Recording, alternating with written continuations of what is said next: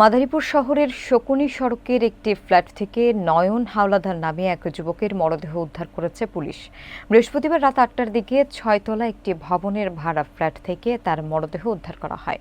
বিস্তারিত দেখুন এম আজহার হোসেনের তথ্যচিত্রে। এই সময় ওই ফ্ল্যাটের একটি বদ্ধ কক্ষে থেকে শাওন সর্দার নামে একজনকে জীবিত অবস্থায় উদ্ধার করে আটক করা হয়। নিহত নয়ন শহরের আসমত আলী খান সড়কের বাসিন্দা মাইনুদ্দিন হাওলাদারের ছেলে। তিনি পেশায় ফল ব্যবসায়ী ছিলেন। প্রায় ২.৫ মাস আগে তিনি ওই বাসায় ওঠেন।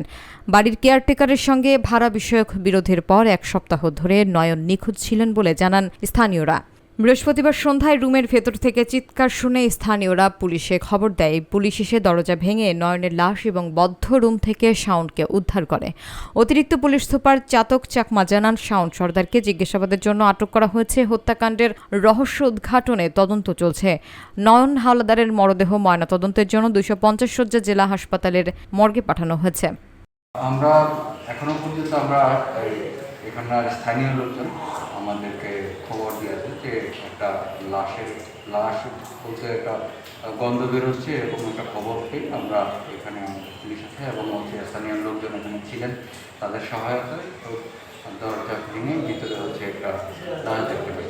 আমরা এর মধ্যে এই বিষয়টা নিয়ে আমাদের তদন্ত শুরু হয়েছে, আমরা তদন্ত করছি। একজনকে জিজ্ঞাসাবাদের জন্য আমরা এর মধ্যে আটক করেছি।